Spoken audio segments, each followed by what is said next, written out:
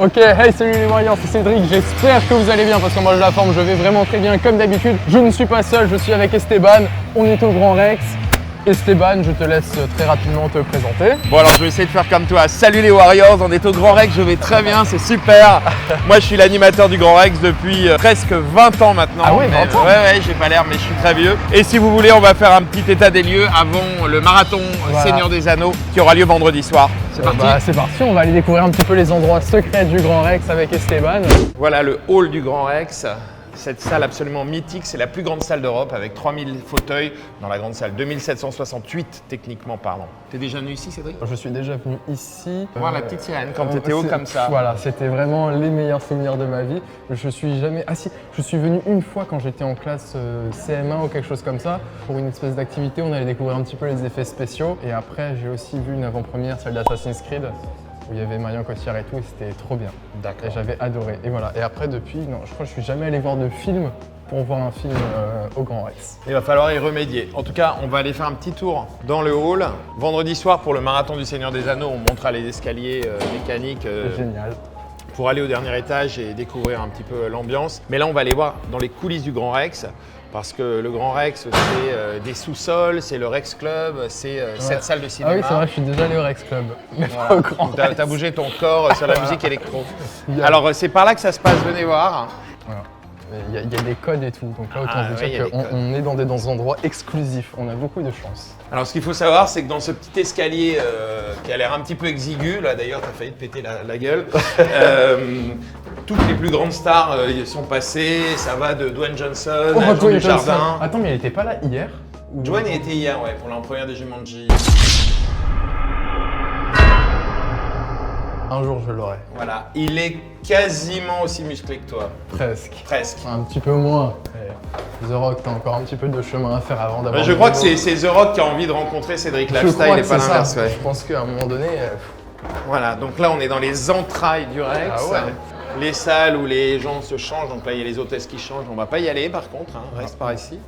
Là c'est les bureaux administratifs, ça va de là à là-bas et encore derrière. Ah ouais. Ok. Et maintenant, tu vas me suivre et on part dans les loges et les salles de répétition, puisque ici il y a aussi de la danse, il y a du chant, il y a des spectacles. Alors ça, c'est pas les loges, hein. Ça c'est les entrailles techniques du Rex, avec les systèmes d'eau, de ventilation, de chauffage. C'est quand même un mastodonte, c'est un paquebot amiral le Rex. Et tu sais, en termes de superficie, c'est à peu près combien Je ne sais pas combien de superficie, plusieurs milliers de mètres carrés j'imagine. J'imagine. Salut les gars. Bonjour. Ça bosse dur. Ouais, je crois que c'est les protéines de Cédric Lifestyle. Vas-y, je t'en prie. Ouais, et toi? Tu sais combien de mètres carrés au Rex? Oh non. Plusieurs milliers, non? Alors, je vous montre. Mais c'est un vrai labyrinthe ce truc. Hein. Je sais pas quand. Donc là, il y a des salles pour les make-up, pour accueillir les gens. Là, pour différents événements. Et ici, par ici. Donc tu as des loges un peu partout. De l'autre côté aussi, on va pas tout voir, mais tu vois là, des petites loges, des moyennes loges, des grandes loges. Ah oui. Voilà, si ça se trouve, ici même, un jour, Jean-Paul Belmondo a embrassé langoureusement la future femme de sa vie. Voilà, donc je suis dans ma loge, tranquillement. Ça serait quand vous viendrez me voir au cinéma d'ici 2-3 ans. Ah, tu veux faire du cinéma? C'est pas encore prévu, mais bon, avis à tous ceux qui veulent m'engager en tant qu'acteur, j'ai des très bons talents d'acteur. Voilà, j'ai fait 8 ans de théâtre, quand même, hein, faut le préciser. Et voilà, donc si jamais vous avez une proposition de film, moi je suis partant. Hein. Voilà, donc Cédric, en plus d'être évidemment un acteur talentueux et quelqu'un de modeste. On continue? Ça se trouve, je jouerai dans le prochain Jumanji. Écoute, c'est tout le mal que je te souhaite, mon ami. Hop. Bon, il y a les salles de bain, des toilettes. Ah ouais, il y a des salles de bain un peu partout. En plus, c'est trop joli, c'est marbré.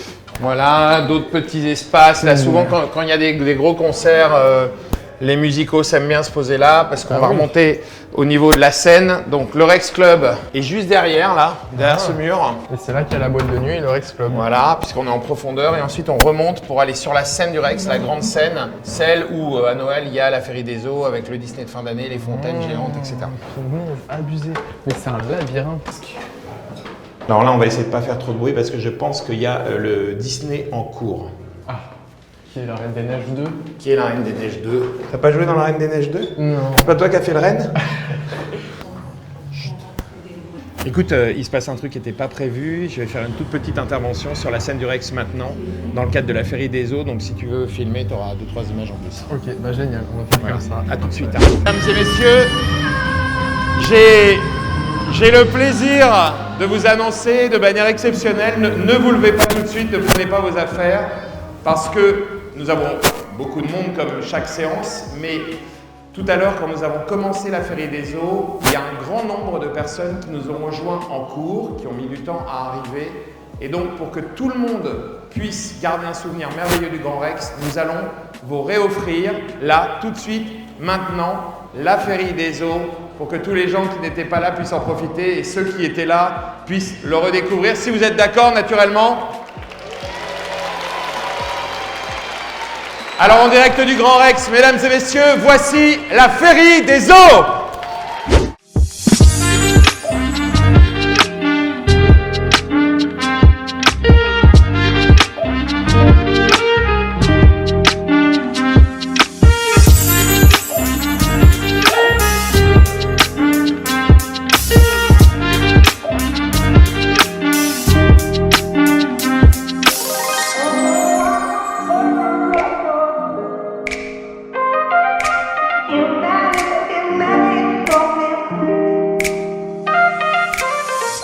Juste, on n'en parle pas assez, enfin ça te paraît normal pour toi, mais attends, mais il y a des fontaines qui font des jets d'eau à je sais pas combien de mètres de hauteur. Genre, 8 mètres, 8-10 mètres, ouais.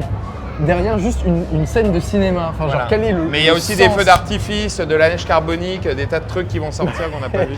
Bon, là on enchaîne les trucs Tim depuis tout Burton. à l'heure, mais cette vidéo est en partenariat avec Parcours Métier, donc c'est eux qui nous ont permis d'aller au Grand Rex, de rencontrer Esteban et de faire cette vidéo. Donc d'ailleurs la fiche métier d'animateur au Grand Rex est en description et sur le site de Parcours Métier, donc encore merci à eux, c'est grâce à eux qu'on a ça.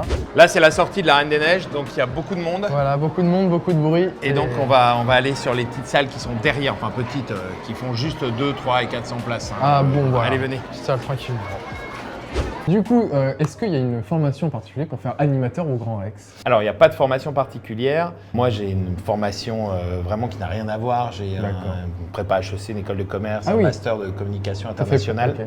T'es allé en école de commerce après ta prépa? Voilà, c'est ça. Ok.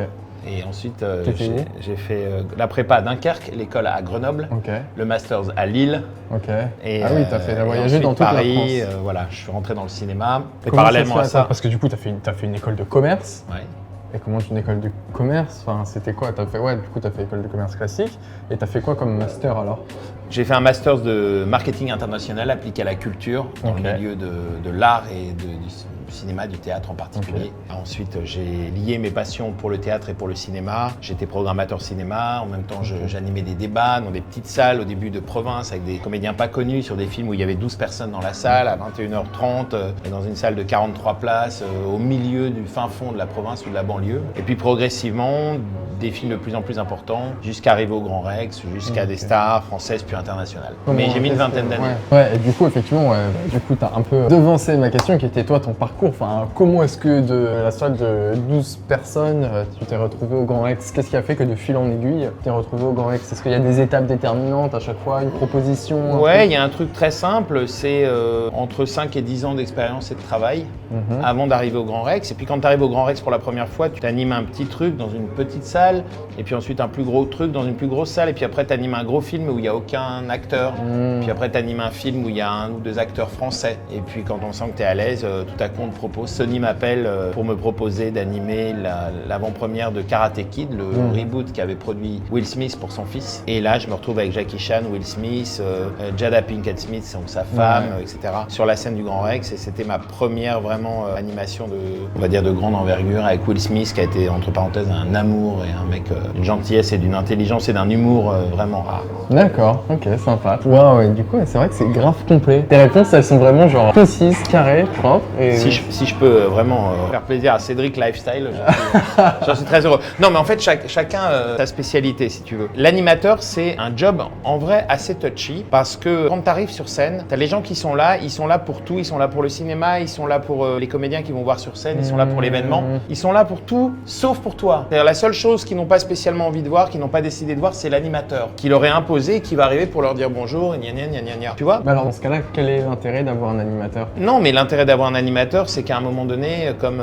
par exemple avant-hier, quand tu as Fabrice Lucchini, Patrick Bruel sur scène, d'autres comédiens d'un film qui sont là, les producteurs, les réalisateurs, il faut distribuer la parole, il faut rythmer le débat, il faut combler les blancs, il faut toujours veiller à ce qu'il y ait une interaction entre la salle et les invités, arrêter au bon moment ou au contraire, si c'est trop court, poursuivre avec la question pertinente. Ce qui est compliqué, c'est que si les gens sont de mauvaise humeur, s'ils sont mal garés, s'ils n'ont pas bien mangé, s'ils ont eu un problème dans leur journée, ils arrivent, ils vont s'asseoir et en voyant arriver l'animateur, c'est lui qui va trinquer. Hein. Ouais. C'est oh dis donc cette tronche, c'est qui ce mec-là, oh il est lourd, etc. En fait, tu es obligé d'être parfait, quoi. C'est-à-dire, tu peux pas être trop lourd, tu peux pas être trop précieux, tu peux pas être trop discret ni pudique, mais tu peux pas être trop exubérant.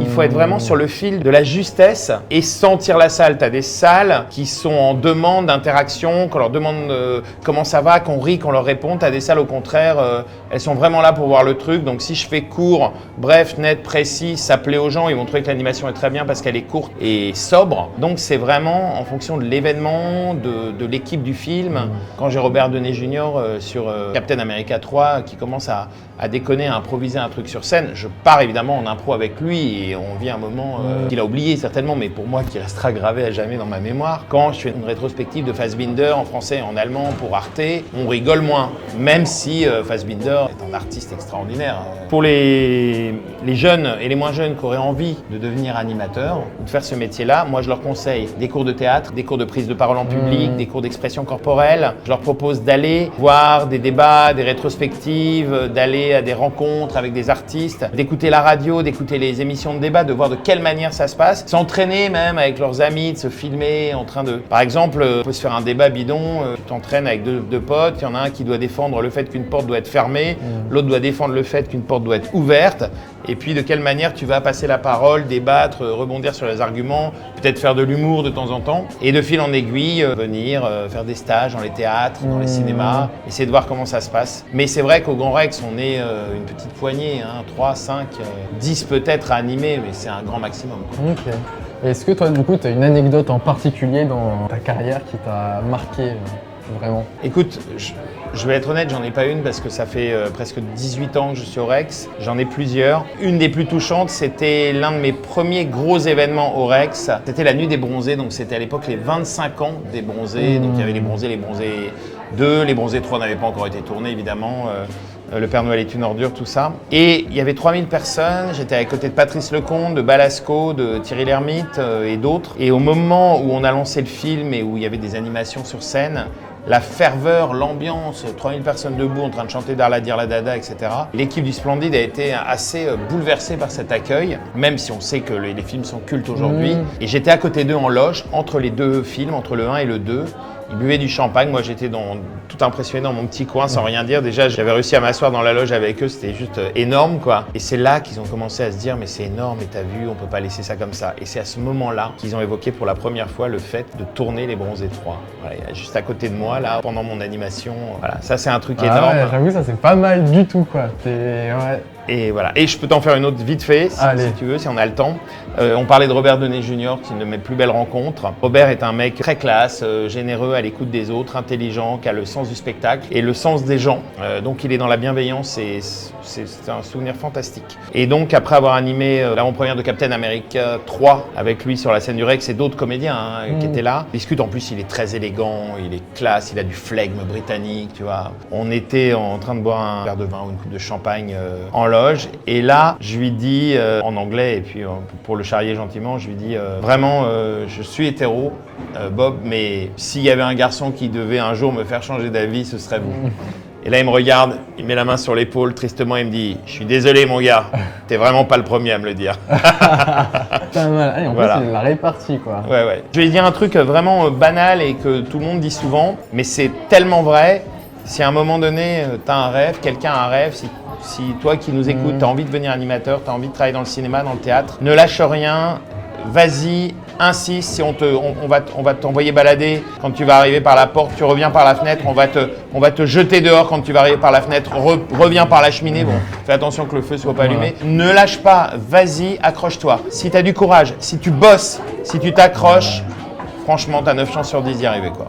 C'était un très beau message, j'aurais pas fait mieux. Eh ben, c'est une très belle conclusion. Moi, je pense que j'ai rien d'autre. Je sais pas si tu avais envie de rajouter quelque chose en particulier. Bah écoute, non, j'ai envie de dire, si, je vais le faire à la manière des Instagrammeurs, des Youtubeurs. Venez liker mon profil Insta, mon Facebook. Insta. Mais l'autre, attends, mais dis quoi, que je suis un homme des cavernes? Ouais, j'ai un Insta Esteban Perrois, PE20Y. Il y a souvent des photos avec des stars, et bientôt il y aura une photo avec Cédric Lifestyle. Et ça vaut tout l'or du monde. Voilà. On se retrouve d'ailleurs du coup pour l'avant-première, vendredi, de Seigneur des Anneaux. N'importe quoi, c'est le marathon du Seigneur des Anneaux. Le Seigneur des Anneaux est sorti il y a 15 ans. Comme quoi, voilà, je ne ferai absolument jamais animateur, chacun son métier. Voilà, on se retrouve vendredi soir pour le marathon Seigneur des Anneaux. Il n'y a que la salle du hockey ouverte, donc il y aura à peu près 1300 personnes, mais grosse ambiance, tu vas voir. Ok, eh ben merci. À vendredi? On se voit vendredi. À vendredi. Qu'il est bon. The next day.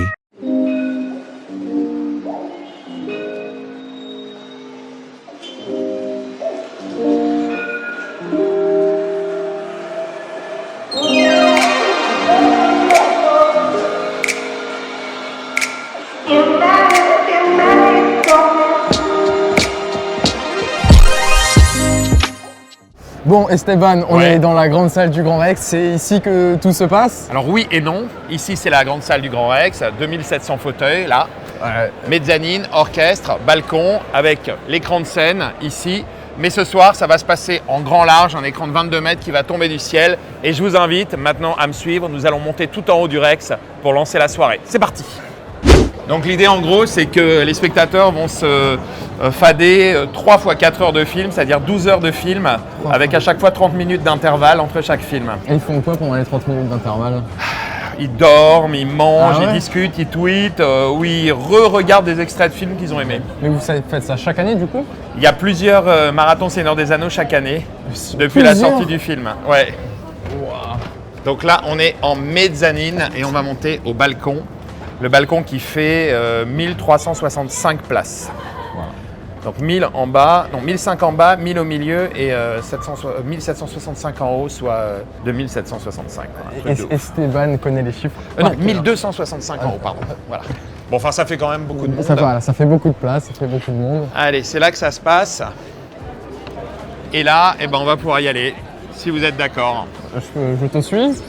Tu me suis, Cédric, et puis par contre, faut te frayer un passage. Ok, on va se frayer un passage. Bonsoir le Rex. Est-ce que vous allez bien?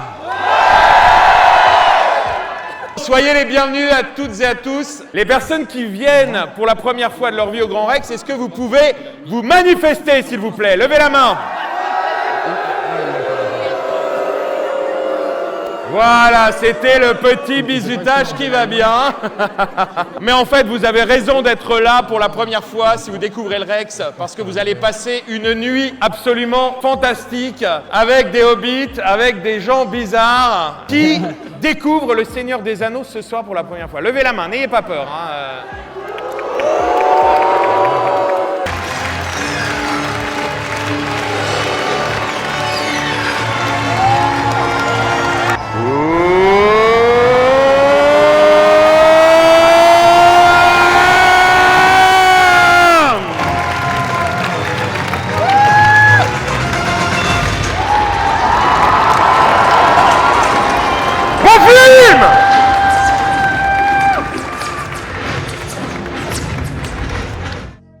Bon, alors du coup, voilà, là je suis laissé pour compte dans le Grand Rex. Il y a le marathon qui commence, donc ça veut dire que je vais en avoir pour 12 heures de film. Autant vous dire que je ne suis absolument pas prêt, étant donné que je me suis levé ce matin à 8 h. J'ai fait toute ma journée de travail et que je suis là à 19 h.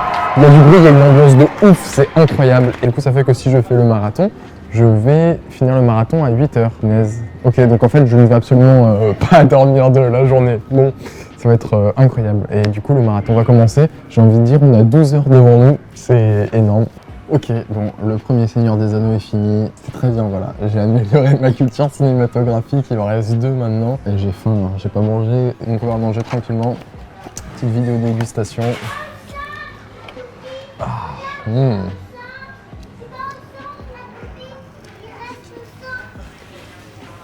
Bon, ben voilà. Il nous reste encore 8 heures de film. Eh bien, c'est parti, hein. On se revoit tout à l'heure.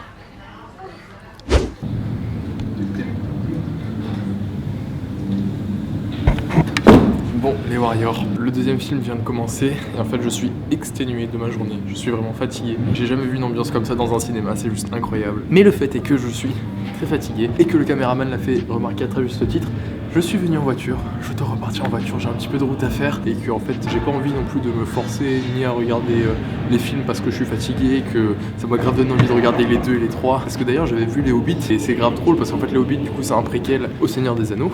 Et que du coup c'est grave drôle de voir un peu les personnages comment du coup ils ont évolué et tout, donc grave bien, et que j'ai pas envie de me forcer ni de m'endormir devant les films et tout, et que si je rentre en voiture j'ai pas envie d'être fatigué en voiture parce que c'est plus dangereux qu'autre chose. Donc voilà, vraiment faites attention à vous, prenez soin de vous si vous prenez la voiture, faites attention à vous. Mais en tout cas c'était une soirée qui était juste exceptionnelle, on a pu voir des trucs absolument incroyables. Donc encore une fois merci à Parcours Métier de m'avoir permis de venir jusqu'ici, de voir un petit peu comment tout se passe.